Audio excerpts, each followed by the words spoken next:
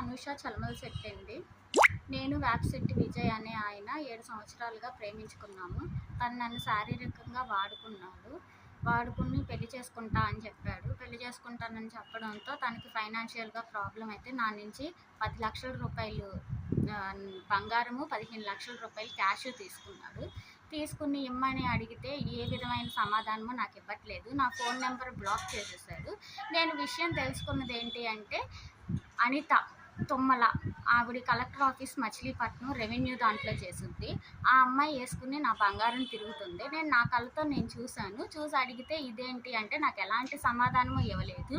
ఆయన దగ్గర లాయర్ని అప్రోచ్ అయ్యాను. ఏమండి నా బంగారం, నా డబ్బులు నాకు ఇప్పించండి అని అడిగాను.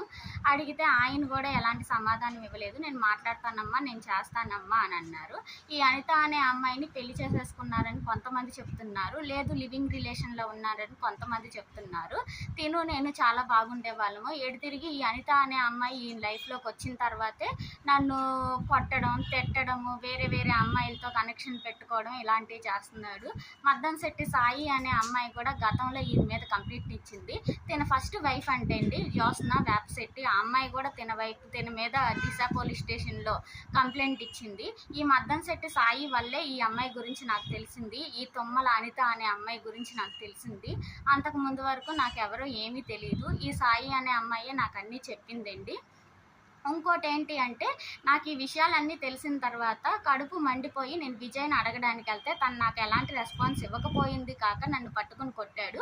ఆ కొట్టడంతో వీళ్ళు అద్దెకుండే చోట, వీళ్ళు అద్దెకు కాదు, రవీంద్ర టవర్స్ అని చెప్పి ఒక అపార్ట్మెంట్ కొన్నాడంటండి. నా డబ్బులు తీసుకెళ్ళి ఆ అమ్మాయికి నా బంగారం ఆ అమ్మాయి మెడలో వేసి తిప్పడము, నా డబ్బులు పెట్టి ఆ అమ్మాయికి ఫ్లాట్ కొనడము చేశాడు.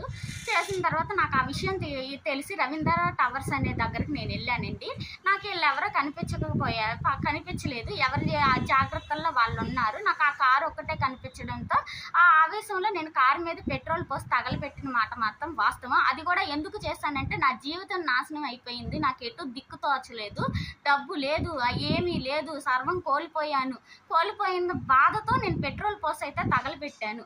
కానీ నా జీవితం అయితే రాదుగా, కారు అయితే బాగు చేయించుకోవచ్చు. ఆ కారు వంకతో నా మీద మళ్ళీ రీ కేసు ఓపెన్ చేయాలి, వేరేగా కేసు ఫైల్ చేయాలి, ఇంకా వేరే విధంగా నన్ను అసభ్యంగా మాట్లాడడం, నాకు వేరే వాళ్ళతో కలిపి రిలేషన్లు పాంట కట్టడం, నేను మంచిదాన్ని కాదని చెప్పడం, ఇట్లాంటివి చేస్తున్నాడు. తన గురించి మీరు ఎక్కడైనా ఎంక్వైరీ చేసుకోండి. తన మాచవరం మెట్టు, తన గురించి మాట్లాడండి.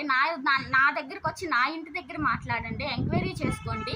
ఎవరి గురించి ఎలాంటి మాటలు చెప్తారో మీకే తెలుసుద్ది. తనతో నేను ఎప్పటికప్పుడు నువ్వు నాకు వద్దు బాబు అన్నా సరే నా వెనకాల పడి నన్ను లొంగ తీసుకుని నన్ను చాలా కిరాతకంగా హింసించాడండి. ఎంతగా హింసించాడంటే అసలు నా అంతటి నేనే చచ్చిపోవాలా అనే మైండ్ సెట్ కూడా నాకు కల్పించాడు. ఇంకోటి, ఈ తుమ్మల అనిత అనే అమ్మాయి నిన్న నేను అడగడానికి వెళ్తే నేను విజయ్ మాట్లాడుకుంటాము, తనకేం సంబంధం ఏంటి, నన్ను వచ్చి పెచ్చగా కొట్టిందండి, రక్తం వచ్చేటట్టు నన్ను గాయపరిచింది, ఒంటి నిండా రక్తము, అసలు నా మెల్లో చైన్ లాగేసింది, చేతుకున్న ఉంగరాలు లాగేసింది. చూడండి ఎంత గాయపరిచిందో. కనబడే దెబ్బలే ఇవి, కనబడకుండా నా వెనకాల ఇంకా ఉన్నాయి. ఎక్కడ పడితే అక్కడ నొక్కేసి ఎప్పటికప్పుడు నా బట్టలు ఇప్పతీయాలనే, నన్ను అల్లరి చేయాలనే చూసింది ఆ అనిత తుమ్మల. తను జిల్లా కోర్టులో చేస్తుంది, రెవెన్యూలో చేస్తుంది.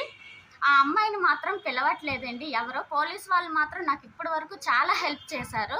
కానీ ఆ అమ్మాయి అయితే అసలు రావట్లేదు, తప్పించుకొని తిరుగుతుంది. ఈ విజయ్ అనే అబ్బాయి ఆ అమ్మాయిని రానివ్వట్లేదు.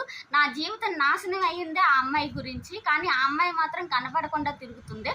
దయచేసి నాకు, మా అమ్మగారికి ఆ విజయ్ అనిత తుమ్మల అనే అమ్మాయి నుంచి ప్రాణరక్షణ కల్పించండి. విజయ్ వేపశెట్టి, అనిత తుమ్మల. నేను మాట్లాడడం మానేస్తే తను నన్ను ఎలాంటి బ్లాక్మెయిల్ చేసేవాడంటే, ఈ అబ్బాయి అంట చేతబళ్ళు చేస్తాడంట, ఆయనకి తెలుసంట.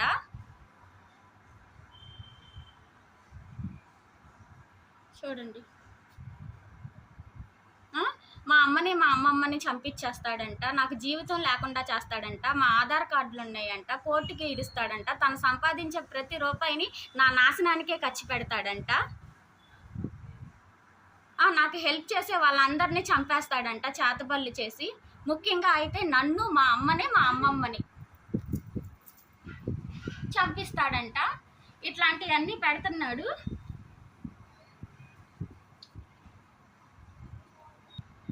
తను చెప్పినట్టు తన మాట వినకపోతే నన్ను చిత్రహింసగా కొట్టేవాడండి. అసలు ఎలా కొట్టేవాడంటే అసలు ప్రాణం కూడా పోయేది. ఏ విధంగా కొట్టేవాడంటే నా దగ్గర ప్రూఫ్ కూడా ఉంది. ఇంకో ఇలా చచ్చే విధంగా కొట్టేవాడు. మళ్ళీ తనే తీసుకెళ్ళి నాకు కుట్లేపిచ్చేవాడండి. అసలు ఏ విధమైన జాలి కనికారం లేకుండా ఈ విధంగా ఒక అమ్మాయి మీద ఇట్లా చేస్తారండి దాడులు. ఆ రోజే నేను కేసు పెడతామని నిశ్చయించుకున్నానండి. కానీ నా కాళ్ళు వేళ్ళు పట్టుకుని మా అమ్మోళ్ళ చెల్లి వాళ్ళ ఆయన, గరికిపాట ఆంజనేయులు, ఈ వ్యాప్సెట్టి విజయ్ అనే ఆయన మాకు తప్పైపోయింది, ఏదో ఒక పరిష్కారం చేద్దాము, మీరు అల్లరి పాలు అవ్వద్దు అని చెప్పి ఏ విధమైన మాటలు చెప్పి చెప్పి నాకు బలవంతంగా కుట్లేపించి కాళ్ళు చేతులు లక్ష్మీ టాకీస్ ఆర్ఎంపీ డాక్టర్ దగ్గర కుట్లేపించారండి. నేను ఆ రోజే కేసు పెట్టేద్దామని వచ్చాను. నన్ను వెనక్కి లాగేసి ఎంత బలవంతమైన శాస్త్రాలు చేశారంటే అంత బలవంతంగా హింసించారు నన్ను.